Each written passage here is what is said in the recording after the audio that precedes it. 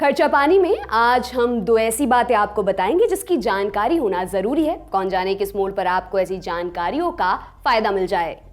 पहली खबर है एक खजाने की जिसे भरने के लिए विदेशों से धन खरीदा जा रहा है। दूसरी ये कि एक बड़ा प्रॉमिसिंग आईपीओ बाजार में आना था पर अब उसके रास्ते में रोड़े अटक गए हैं। नमस्कार, मेरा नाम दिव्यांशी और आप देख रहे हैं खर्चा पानी। सबसे पहले पहली खबर यानी खजाना भरने के लिए धन खरीदने की उलटबांसी। पर ये उलटबांसी बिल्कुल नहीं है।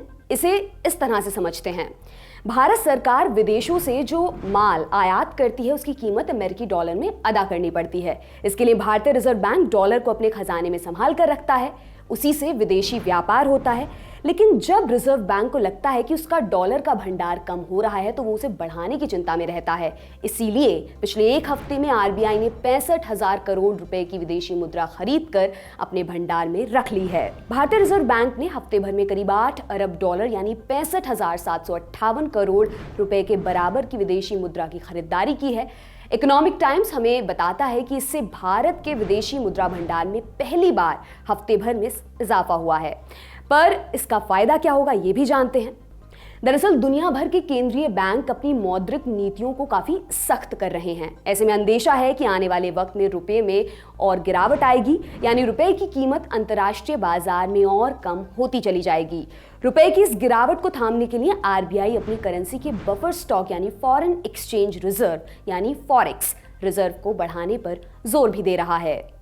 रिजर्व बैंक को डॉलर की ये खरीदारी इसलिए करनी पड़ी क्योंकि भारत का विदेशी मुद्रा भंडार इस साल फरवरी के मुकाबले 100 अरब डॉलर कम हो गया था। इकोनॉमिक टाइम्स की रिपोर्ट में कहा गया कि आने वाले महीनों में दुनिया की दूसरी करेंसीज के मुकाबले रुपए की विनिमय दर पर दबाव कम होने की उम्मीद है। इस साल की शुरुआत से 15 अक्टूबर के आसपास तक अमेरिकी डॉलर के मुकाबले रुपए में लगभग 10% की गिरावट आई थी, लेकिन फिलहाल रुपए में कुछ सुधार होता दिखाई दे रहा है। बार्कलेज कैपिटल के एक बड़े अर्थशास्त्री हैं राहुल बाजोरिया। उन्होंने कहा कि विदेशी मुद्रा खरीदने से भारत का विदेशी मुद्रा भंडार बढ़ेगा। वहीं reserve bank governor Shaktikanta Das ने मौद्रिक नीति समिति यानी कि एमपीसी की 3 दिन चली समीक्षा बैठक के बाद बुधवार को कहा था कि भारतीय मुद्रा रुपए में हो रहा उतार चढ़ाव उतना भारी नहीं है जितना दूसरी विकासशील अर्थव्यवस्थाओं में हो रहा है।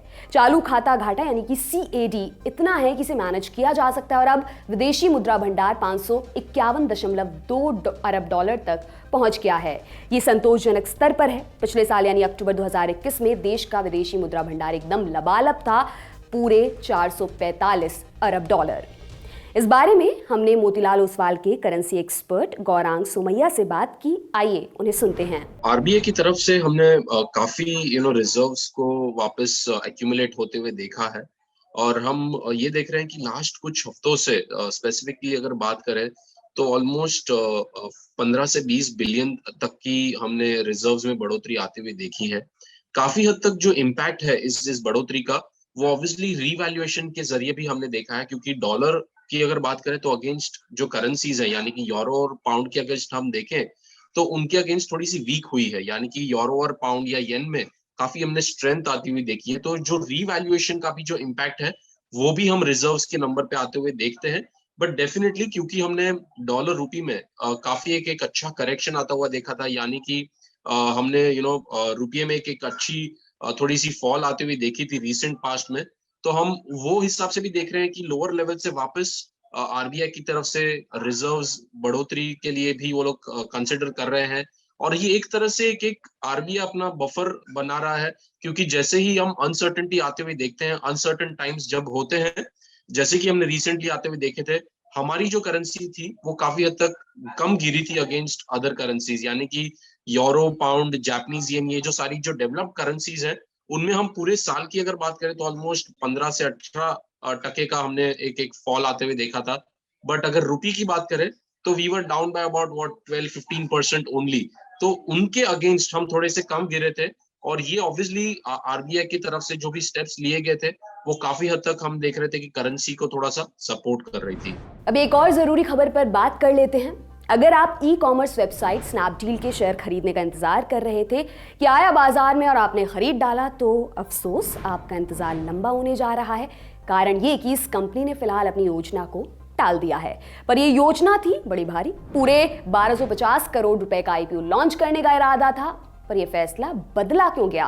कंपनी कह रही है कि बाजार माफिक नहीं है और शेयरों के प्रति लोगों में उदासीनता आ गई है, वरना 3 करोड़ से ज्यादा शेयरों की बिक्री होनी थी। पर अब पता नहीं कब नौमन तेल होगा और कब राधा नाचेगी। स्नैपडील के एक प्रवक्ता ने बताया कि बाजार की मौजूदा हालत को देखते हुए कंपनी ने सेबी से कागज पत्तर वापस लेने का फैसला किया। लेकिन दिल छोटा मत कीजिए, क्योंकि ये कंपनी भविष्य में आईपीओ लाने पर विचार कर सकती है। अगर मार्केट बढ़िया रहा और कंपनी की तरक्की के लिए पैसे की जरूरत पड़ी तो कंपनी आईपीओ बाजार में उतार सकती है। पर यह भी जान लीजिए कि बाजार से हाथ खींचने वाली ये पहली कंपनी नहीं है।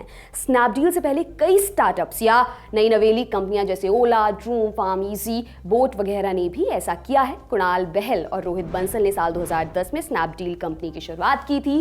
ये कंपनी तमाम तरह की चीजें जैसे कपड़ा लत्ता और दूसरा माल मत्ता ऑनलाइन बेचती है। ये था आज का खर्चा पानी। ये बुलेटिन आपके लिए लिखा था हमारे साथी प्रदीप यादव ने। आप अपनी राय यहाँ कमेंट बॉक्स में जरूर दें। अगले एपिसोड तक अपना खूब ख्याल रखें। शुक्रिया।